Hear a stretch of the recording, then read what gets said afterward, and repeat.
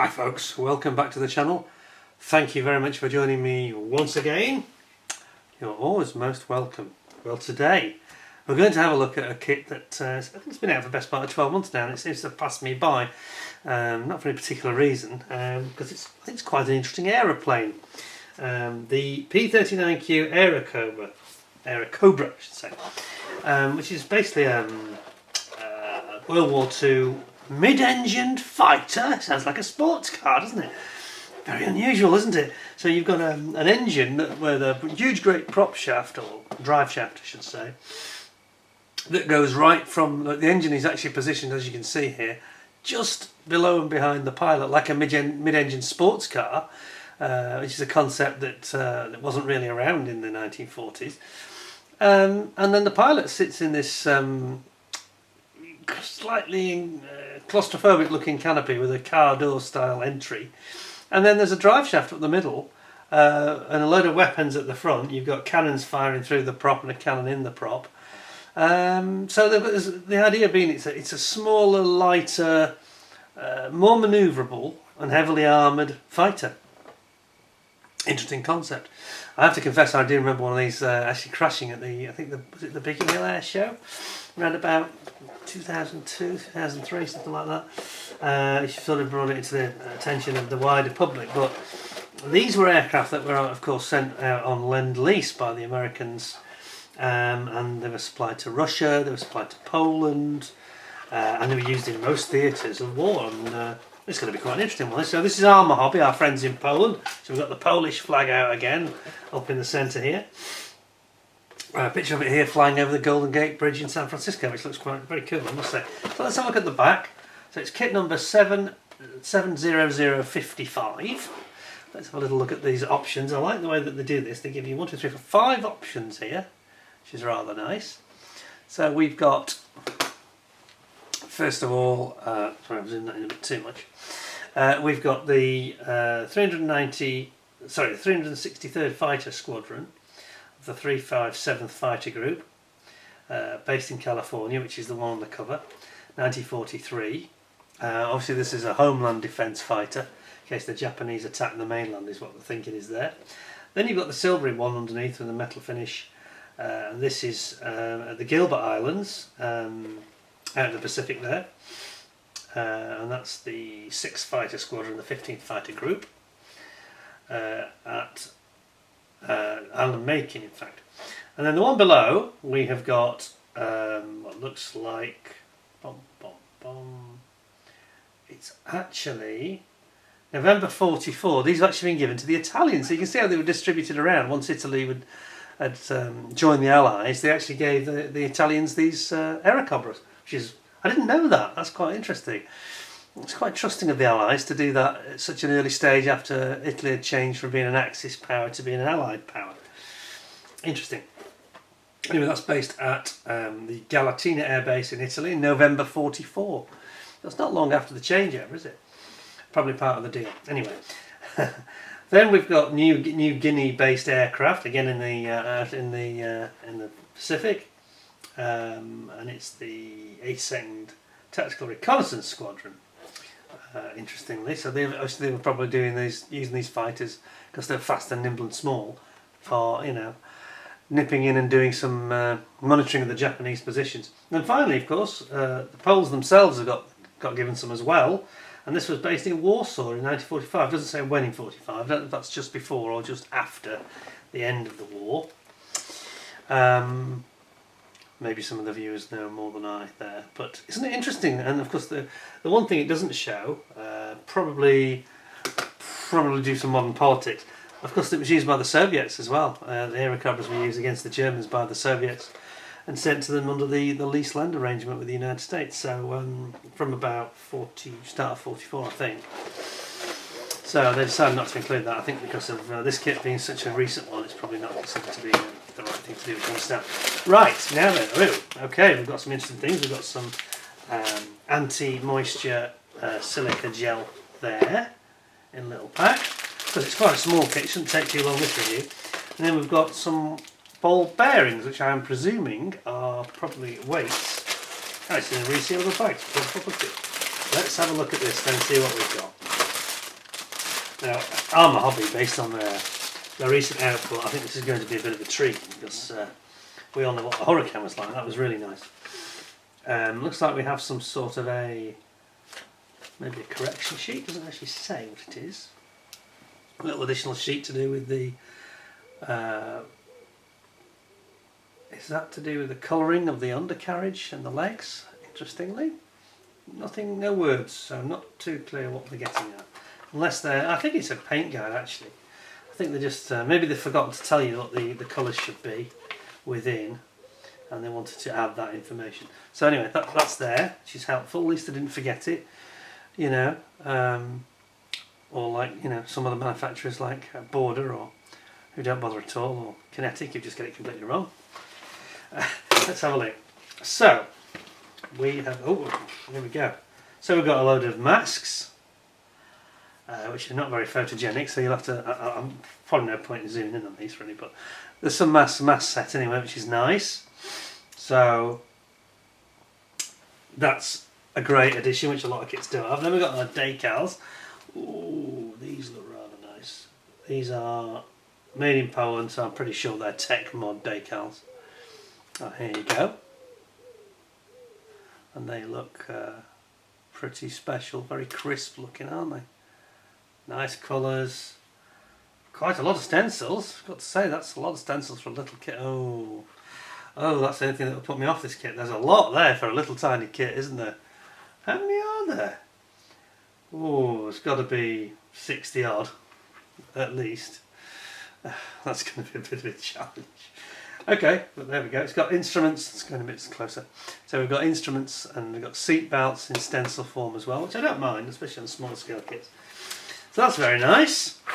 And then we've got our instructions. Now I do find their instructions really rather good actually. I think that these guys tend to be not too bad at this. Now, I have to say that I have to warn you that this printing is very, very small. Now I've been telling about my new glasses, but actually I've got the old ones on today, so I might just struggle with this.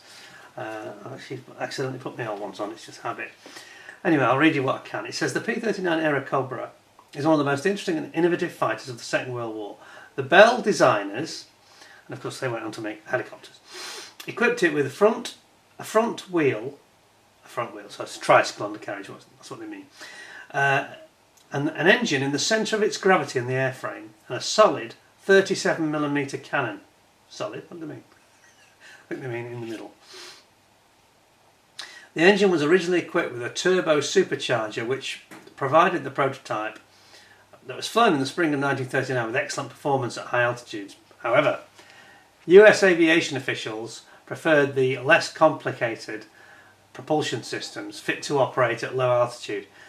The implementation of Airacobra into mass production and combat units coincided with the rapidly changing circumstances relating to the outbreak of war in Europe. Excuse me. And then, on the Eastern Front and Pacific fronts. The first orders for France and Great Britain were not fully delivered. Some of them were transferred directly to the US forces fighting in the Pacific and North Africa. With the advent of more effective aircraft types, some 9,558, almost half the Cobras, were sent under the lease-lend agreement to the Soviet Union. When the aircraft performed excellently, battles were fought at low altitude, which the Airacobra was best suited. Of the top 10 Soviet aces, half of them flew Airacobras. Ooh, okay. That says it was effective then, doesn't it? The most widely produced in almost 5,000 copies, and at the same time. The ultimate version of the Airacobra was the P-39Q, this one. The plane was powered by a 1200 horsepower, it's got a lot of power for a little plane, 1200 horsepower Allison engine, and this is the Allison type, Merlin type design, Allison engine, and it offered from the previous versions extra armament by being reinforced with two 50 cal machine guns in underwing fairings as well as the ones in the nose. So it's got 4 50 cals and a cannon, big cannon in the front, 37mm in the spinner. Quite a big punch, isn't it? Most of the aeroplanes of this version went to the USSR. They were then used amongst others by the most outstanding pilots of their elite elite guard units. They were also used in combat with the US in Italy, and also supplied to Italy co-belligerent forces. Co-belligerent? Okay. I think they mean post-Axis. Mainly performing ground assault attacks. The Q Cobras were also widely used in the US for training, and many future racers got their wings on them before they were posted to frontline units in more advanced aircraft. And it goes on to say, one P-39 Cobra was the personal hack of the Soviet General Fyodor Polinin, commanding the Polish People's Aviation. Okay, so you have to remember when it's... of course. That explains it, of course. Poland, of course, was part of the Soviet Union. It's easy to forget now. Sorry, my friends in Poland.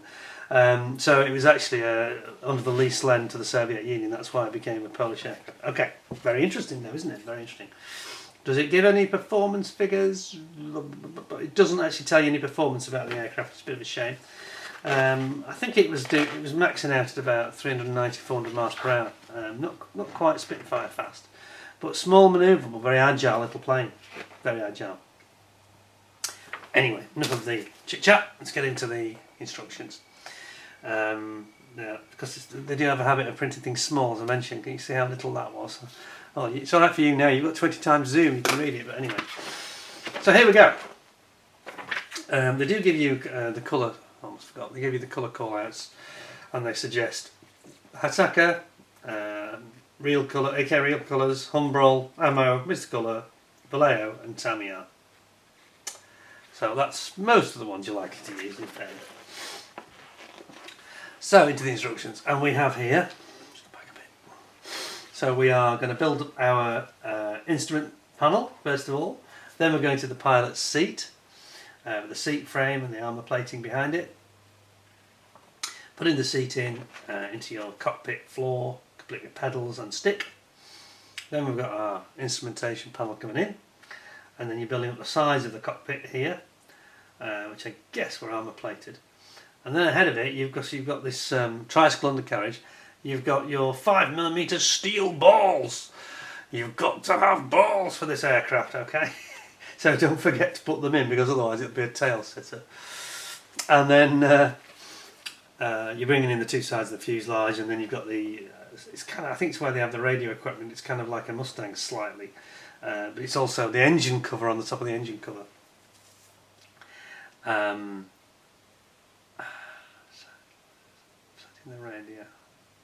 the radio. Okay, it's just explaining where the radio goes here. And then you've got the wings coming in. Top wing and bottom wing. Little sort of spar in the middle. And it tells you to fill in the guns opening. Depending on whether you're having the 50 cals. I think you've got the option obviously of having the 50 cals or not. And if you're not having the 50 cals, you need to fill the holes in. Then we've got this quite an elegant looking solution on the tail plane with the elevators going on. You've got your rudder and your vertical tail going on there. You've got your there's an option here depending on the landing light configuration, I think it is. And then you've got the fuselage then coming together with the wings that you've already constructed. I think that's your radio here. It's going in. As I said, it's like the Mustang in that respect. You've got your cover for the guns going on there and the cowling. Then you're going to build up your landing gear arms, and you're going to yeah, it's like retraction arm, isn't it? And then you're building up your nose wheel on your nose gear. You've got radiator exit flaps here, and you've got your gear doors going on. It's just showing you the position, which is quite nicely done actually. It shows you how to fit and how to align the front wheel, which is very good. And then how the rear support the stay, isn't it? The retraction control rod, how that should go in. Very clear, well thought out. I like it, very clear. And then we've got oh yeah, these gun pods that are going to go underneath for the extra 50 cals. Then you've got your rather curious car door style cockpit door, and there's some decals to go on the inside of that with instructions on it. And then you're bringing it all together, really. You're bringing in your spinner and your propeller, and you've got the exhausts, which are in the most unusual place, right beside the pilot almost, just behind him. And then you've got bombs, some optional bombs here, or tanks, drop tanks, a tank, the central tank. And then you've got the doors for the retracting gear at the front. And then you go onto the stencils, and that's the only thing that puts me off this kit. It does look a lot of stencils for a tiny kit. That's going to be a little bit mature, I think. Anyway, there we go. Then we've got the colour call-outs. And I do like that first scheme, I must say. That's quite striking in the sort of an olivey drab, isn't it, basically? Does it say what colour it is? Yeah, it's kind of an olive drab, isn't it? And then you've got this interesting one in this sort of pale, almost like desert scheme. Then you've got the Italian one. And then you've got the one that's based in New Guinea. And then finally the Polish Soviet era option with the Fyodor Polinin, the famous fighter race. So that's quite interesting. That's quite interesting. So they haven't actually shown any Soviet marked ones. I think that's probably a clever move on the part of Arma right at this moment in time. I think that's quite a clever way they've thought it through, actually, and doesn't put people off the kit in any way. So let's put those away, because I thought that was pretty good instructions, actually. Yeah, you just need to read through them a little bit to familiarise yourself with what the process and the steps are. That's all. So we've got our 3 ball bearings, our 5mm ball bearings. I'm not sure we need to see these in any great detail. Why they didn't just use one bigger one, I'm not sure. Perhaps it just isn't access for it. Just worried about maybe losing one, that's all. So you must have those in your nose. Then we've got our clear parts, which we'll take a little look at. This is including the car door, which is in clear as well. Well, that's quite a good idea, because it means that you only have to mask off. You know, you'll spray, there we go, you'll spray up these, spray them up, and obviously you'll mask the window itself, and the rest of the door you'll spray. And then we've got our quite attractive looking canopy. I've got to say that's quite, that is quite a nice one, actually. It's an unusual shape. It's not really like anything else at all, really. Yeah, it's got a hint of sports car about it, this aircraft. It's yeah, quite an interesting design in many ways. I think the problem with it was, I'm talking about the real aircraft here, I think the problem probably was that they were quite tricky to maintain, you know. Getting at the engine, I can imagine, was a bit messy. You know, it's right up there with the cockpit. They've probably got to remove half the back of the cockpit to get at it properly. Also, if you get hit in the engine, the chances of a fire engulfing the pilot almost instantly is pretty high. It's kind of safer up front away from the pilot, wasn't it? But you can understand the thinking. But I just think it's light and it's manoeuvrable, but it's not a big hitter. I think that's probably what counted against it later in the war. But you can fully understand that going up against ME-109s at low level is probably quite effective. Oh my goodness, I think we've got a real joy coming up here now. I haven't seen this kit before at all, so this is all new to me. I know some of you will have built it probably and have got the kit already. Look at the quality of the detailing here. And in 1/72, that's pretty remarkable. You've got the gun chute exits for the cartridge cases there.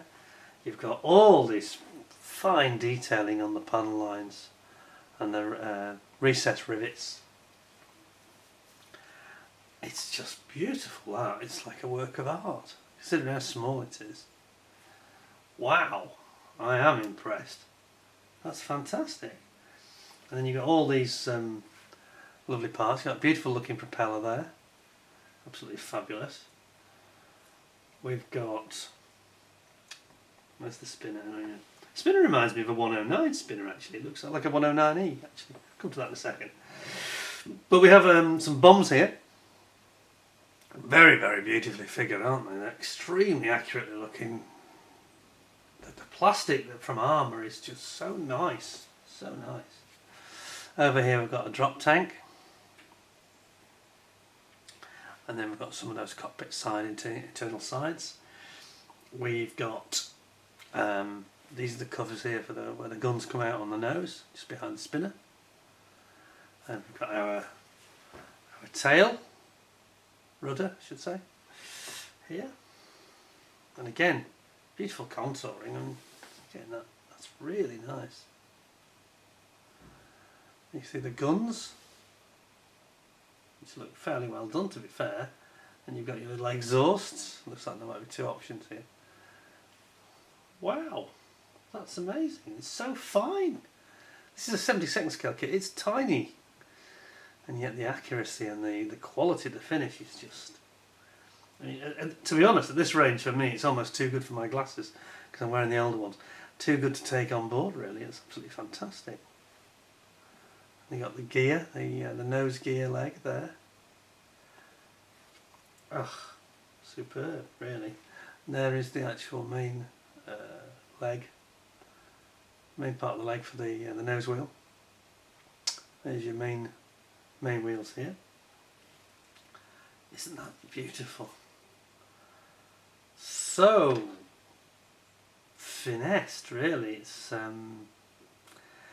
and I was going to say it's almost Tamiya-like, but that would be actually a little unfair here because I haven't, at the time of filming this one, I haven't done my review of Tamiya as a manufacturer, although I think you can probably guess they're probably going to come out of it fairly well. But they're not perfect, and one of the things that they don't do quite as well as we have here is that fine, sharp, crisp detail.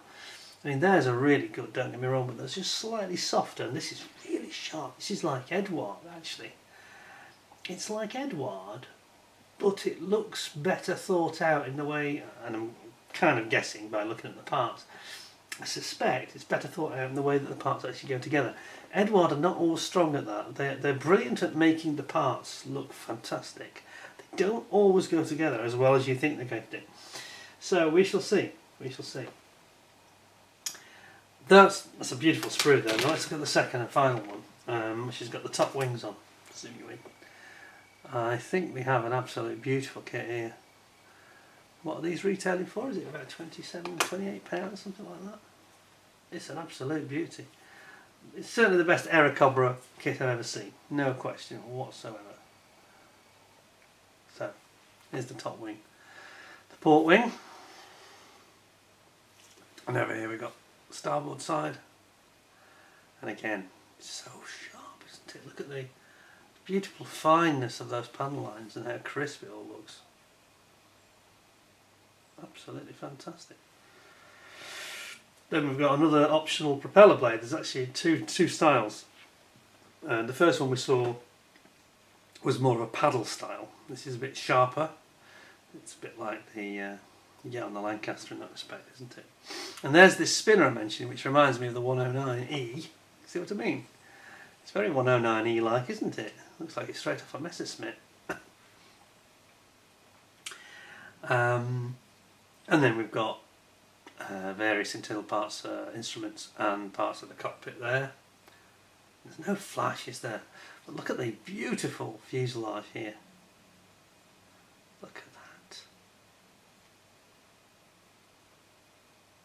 So sharp. Just turn it the right way up, see the Arma Hobby logo then, can't we? There.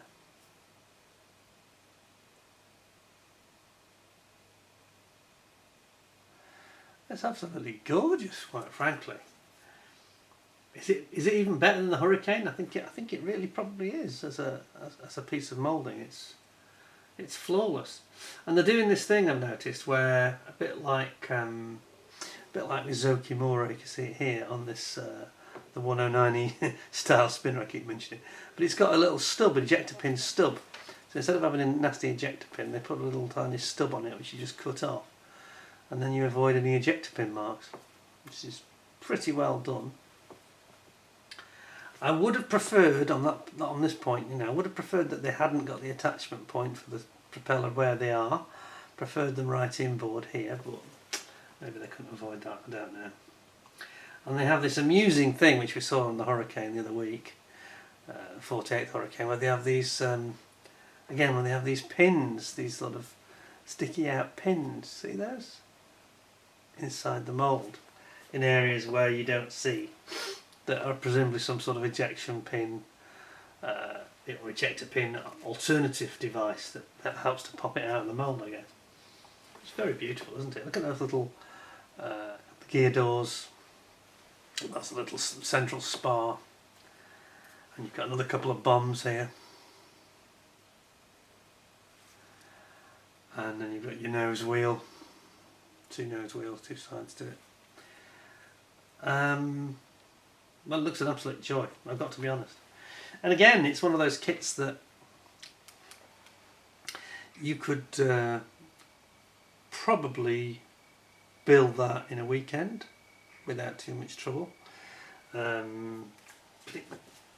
This is what I've been talking about recently when I've been complaining about some manufacturers. I complained about Revell, and I said about the Blackbird SR71, and this is quite a typical complaint, not just with them.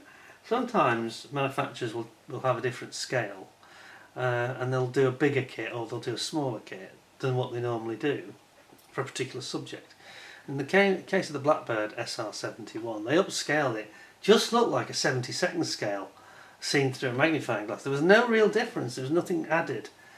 This is the opposite, isn't it? This is almost like a 32nd scale that's been scaled right down to 72nd. It's got the details on it that you just don't see on regular 72nd scale kits. Starting to now, with both these guys, and you know, you're getting it with them, you're getting it with some of the Airfix are improving in this area as well. And of course Tamiya, Edouard, but it just seems to be more of that. Just looks like that. If you took a photograph of it and you know, you just said to people, this is the new 48 scale Era Cobra, you'd say, yeah, it looks great, it looks really nice. It's hard to take in that it's only 72nd and it's got that much detail and that much fine engraving in it, you know.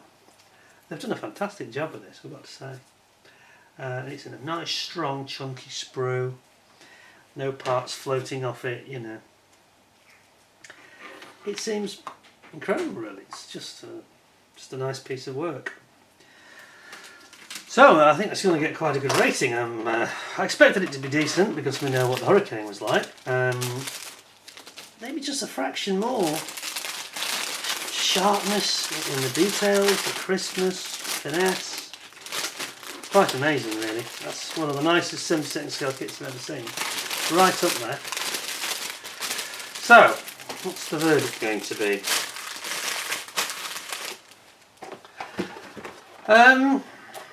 It's a tricky one really, because it really is nice. I think that just one or two things they could improve. They could just put a little bit more info on the, you know, data about the aircraft. They've given a good description, but they haven't given any technical description about speeds or, you know, performance, things like that, which I think is a bit of a shame, because it just, that last little thing that's just robbed them from getting 10 out of 10, I'm afraid. Also, the instructions, just the diagrams are excellent. I think some of the descriptions where they've got words are not as clear as they might be. So I don't want to be harsh on them because of that, but you know, it's built at a price that is, it's punching above its weight, isn't it? You know, the actual quality there is, it's like a 32nd scale that's been scaled down to me, 2 steps. So I'm going to give it 9.5 out of 10, which I think is fair overall. I think it's I can well see Arma getting 10 out of 10. They keep on improving like that and increasing their quality. They're almost there, aren't they? They're almost there.